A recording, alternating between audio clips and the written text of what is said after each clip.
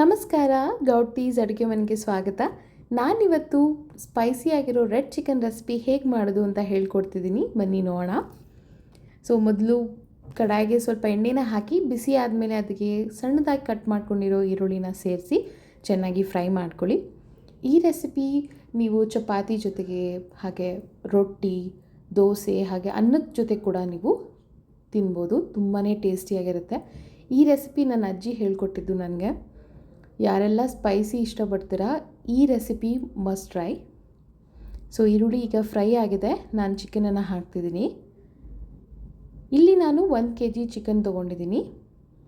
ಚಿಕನ್ಗೆ ಸ್ವಲ್ಪ ಉಪ್ಪು ಹಾಗೆ ಅರಿಶಿನ ಸೇರಿಸಿ ನಾನು ಇಲ್ಲಿ 10 ನಿಮಿಷ ಬೇಯೋದಕ್ಕೆ ಬಿಡ್ತಿದ್ದೀನಿ.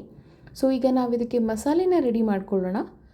ಮಸಾಲೆಗೆ ನಾನಿಲ್ಲಿ ಧನಿಯಾ ಕಾಳು, ಸಾಸಿವೆ, ಮೆಣಸು ಹಾಗೆ ಮೆಂತ್ಯ ಕಾಳು, ಬ್ಯಾಡಿಗೆ ಮೆಣಸಿನ್ಕಾಯಿ ಮತ್ತು ಮಣ್ಣು ಕಟ್ಟಿರೋ ಮೆಣಸಿನ್ಕಾಯಿ ನಾನು ಆಲ್ರೆಡಿ ಹುರಿದು ಎತ್ತಿಟ್ಕೊಂಡಿದ್ದೀನಿ.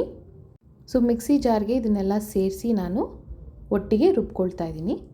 ಇದನ್ನೆಲ್ಲ ಸ್ವಲ್ಪ ಕಂದು ಬಣ್ಣಕ್ಕೆ ಬರೋವರೆಗೂ ನೀವು ಹುರ್ಕೋಬೇಕಾಗತ್ತೆ.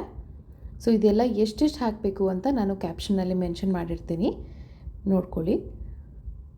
ಇದಕ್ಕೆ ನಾನೀಗ ಬೆಳ್ಳುಳ್ಳಿನ ಸೇರಿಸಿ ರುಬ್ಕೊಳ್ತಾ ಇದ್ದೀನಿ.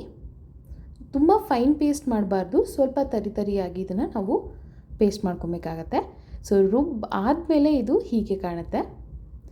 ಚಿಕನ್ ನೋಡಿ ಆಲ್ರೆಡಿ ನೀರೆಲ್ಲ ಬಿಟ್ಕೊಂಡು ಸ್ವಲ್ಪ 40% ಬೆಂದಿದೆ. ನಾನೀಗ ಅದಕ್ಕೆ ಮಸಾಲೆನ ಹಾಕ್ತಿದ್ದೀನಿ.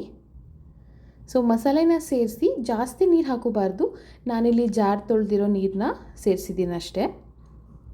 ನೋಡಿ ಈ ಕನ್ಸಿಸ್ಟೆನ್ಸಿಗೆ ನೀವು ನೀರನ್ನ ಹಾಕ್ಕೊಂಡ್ರೆ ಸಾಕಾಗುತ್ತೆ.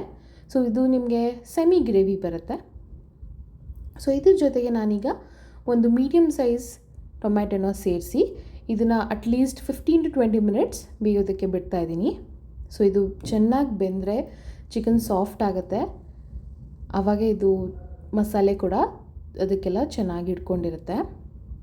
ನೋಡಿ ಎಣ್ಣೆ ಬಿಟ್ಕೊಳ್ತಾ ಇದೆ, ರೆಡಿಯಾಗಿದೆ. ಈಗ ತಟ್ಟೆಗೆ ಸರ್ವ್ ಮಾಡೋದಷ್ಟೇ. ನಾನೀಗ ಇದನ್ನು ನೀರು ದೋಸೆ ಜೊತೆಗೆ ಸರ್ವ್ ಮಾಡಿದ್ದೀನಿ. ತುಂಬಾ ಟೇಸ್ಟಿಯಾಗಿತ್ತು. ನೀವು ಇದನ್ನು ನೀರು ದೋಸೆ ಅಥವಾ ನಾರ್ಮಲ್ ದೋಸೆ ಹಾಗೆ ಚಪಾತಿ ಜೊತೆಗೆ ತಿಂದರೆ ತುಂಬಾ ಚೆನ್ನಾಗಿರುತ್ತೆ. ವಾವ್, ಟ್ರೈ ಮಾಡ್ತೀರಾ ಅಲ್ವಾ?